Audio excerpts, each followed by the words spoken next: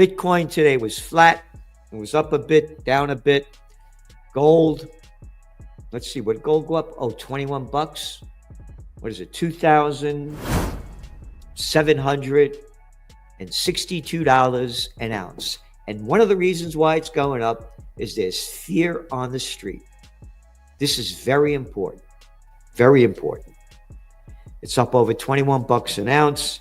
Economic breaking point. Will we get negative rates?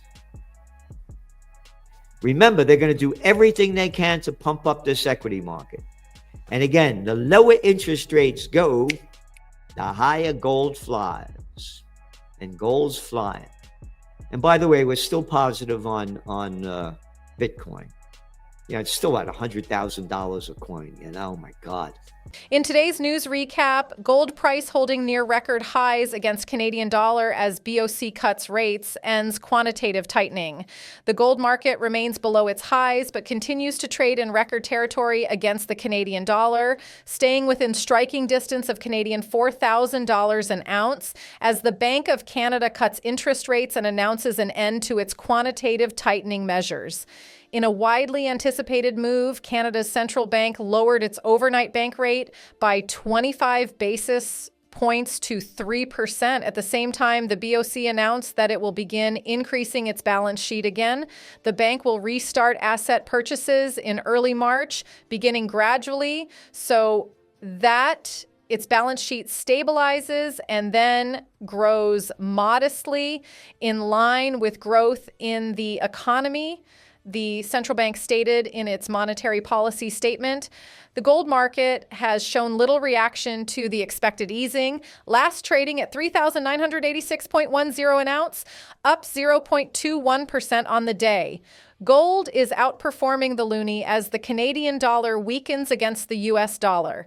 Spot gold last traded at $2,759.70 an ounce, down 0.12% on the day. The latest interest rate cut comes as the Bank of Canada continues to take advantage of easing inflation pressures and resilient economic activity. However, it also acknowledged significant uncertainty ahead. Lower interest rates are boosting household spending, and in the outlook published today, the economy is expected to strengthen gradually, while inflation remains close to target. However, if broad-based and significant tariffs were imposed, Canada's economic resilience would be tested, the central bank stated in its monetary policy decision.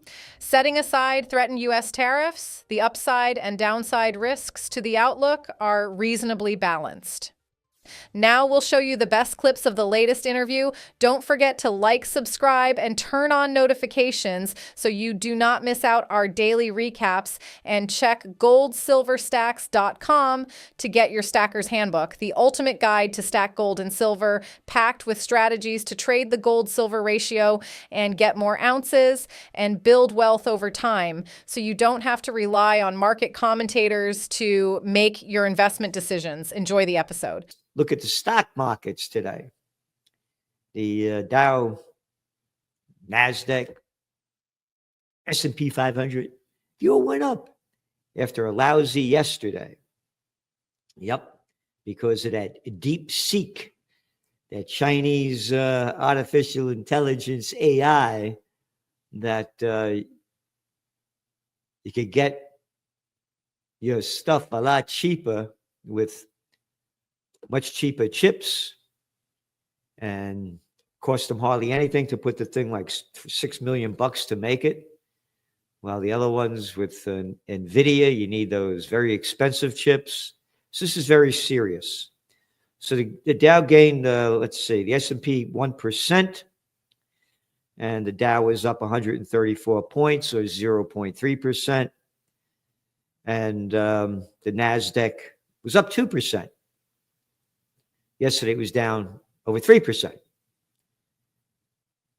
And they say all eyes are on NVIDIA. The stock rose 7%. It lost 17% yesterday. Almost $600 billion in value. the biggest loss in value in the history of the stock market, part one and part two. Again, this startup, DeepSeek, unveiled a free open source large language model that it says took less than $6 million to build with cheaper and less advanced chips. So what does this mean? We were the first magazine to forecast the dot-com bust. It's right there. When it used to be a quarterly, in the fall of 1999, we said it would crash by the second quarter of 2000, which it did in March. We said this dot-com, this whole AI is real. It's going to keep expanding. Trends are born, they grow, they mature, reach old age, and die. This thing was just really born, about 2 years ago. But a whole new game. One of your top trends this year is wild card. We said there are going to be a lot of wild cards this year that could affect the equity markets. And the wild card was just played out of China. Yep.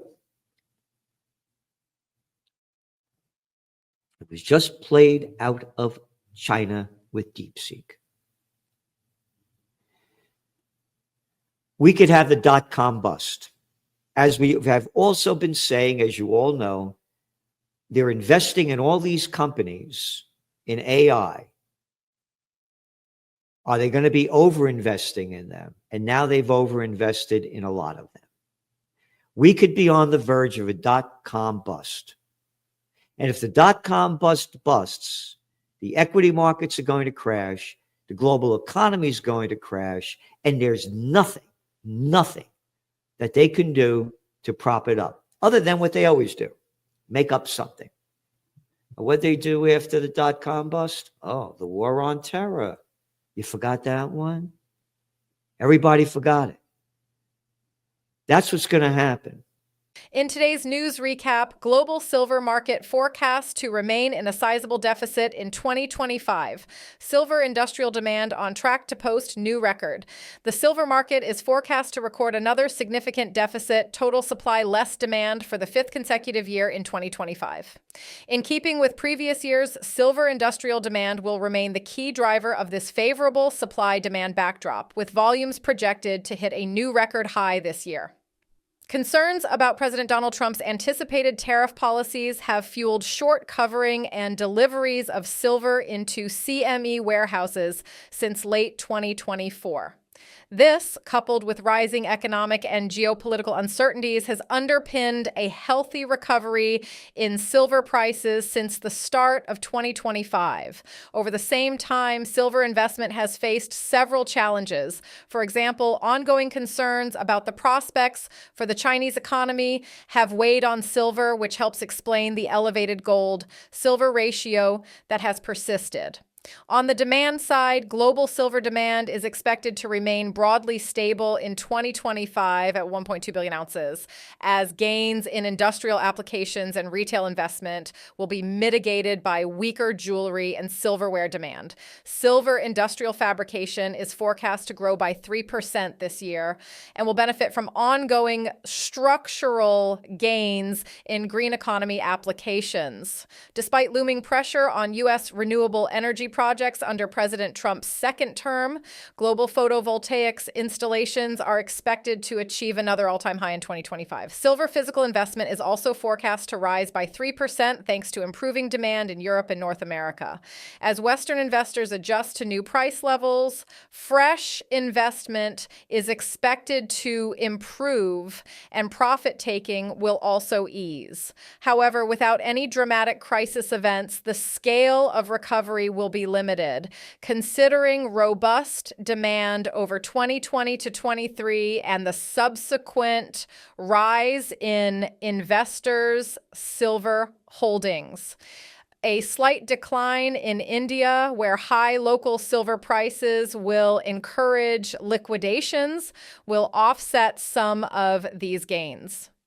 Before we show you more clips, smash the subscribe button and check out our huge discount on NordVPN, the fastest and most reliable VPN on the market. This VPN service is a perfect fit for smart stackers who want their privacy protected and don't want their data compromised by prying eyes. For less than the price of a cup of coffee, secure your internet access and get 3 free months with our promo. Believe me, the only problem you'll ever have is that you didn't get it 6 months ago. Let's get back into the episode. There's no way, they're going to try to jack it up by lowering interest rates. And by the way, the Fed's meeting tomorrow. They're probably not going to lower them this time. The bet on the streets, 99%, they're not going to lower them. But they're going to lower them more this year. But going back to the dot-com bust, this is real. This is real.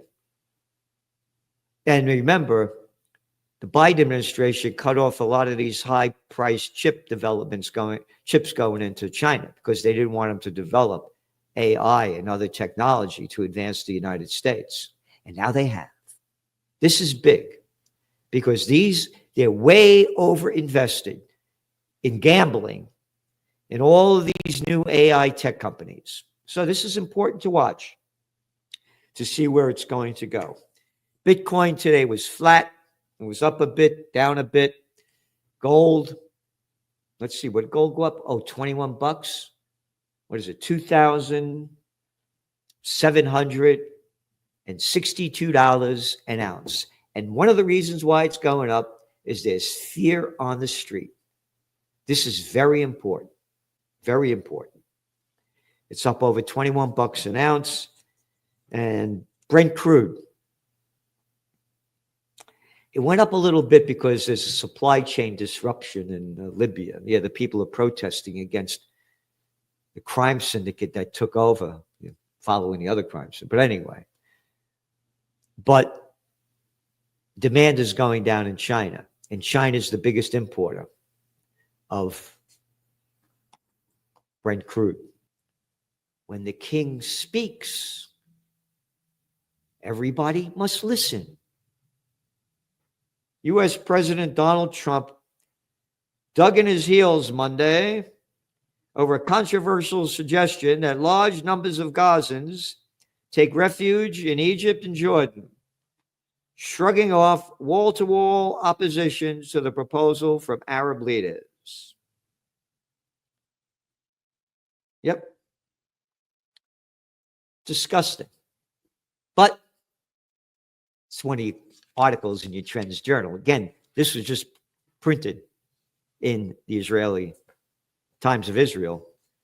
Your article, of course, in your Trends Journal. Trump supports his son-in-law's ethnic cleansing of Gaza. Yeah. And let's go back to Jared Kushner. Oh, Jared Kushner. Oh, yeah. When Netanyahu used to come, he'd stay in Jared Kushner's room over there, the Kushner family. Yo, that Jared Kushner? Yeah. Who said that that's very valuable waterfront property? Oh, you forgot about that, huh? No one's saying that. We are. So that's what's going on. This war is going to keep ramping up. We don't see a ceasefire coming. We see Netanyahu ramping this thing up as times get worse. And again, goes back to oil prices. If they ramp up this war with Iran and the Ukraine war ramps up, which it looks like it is, you can see oil prices go way up. And again, other articles in your Trends Journal, consumer sentiment turns darker. Economic activity slowed as the new year began. Record number of consumers making only minimum credit card payments. Special report, the U.S. housing blues. And only the Trends Journal, nor the magazine, anywhere, anyplace. The office building bust and the banks go bust. It's coming soon. There are between, depending on whose numbers you look at, 2 to 4. Do you agree with the insights from Andy Schechtman, Alistair McLeod, and Peter Schiff? Are they spot on? They've broken down the key drivers of the gold and silver markets this week. Do you align with their analysis, or do you have a different perspective? Let us know your thoughts and predictions for gold and silver in the comments below. And don't stop here. Watch this next episode right here because it's a perfect fit for you. I'll see you on the other side.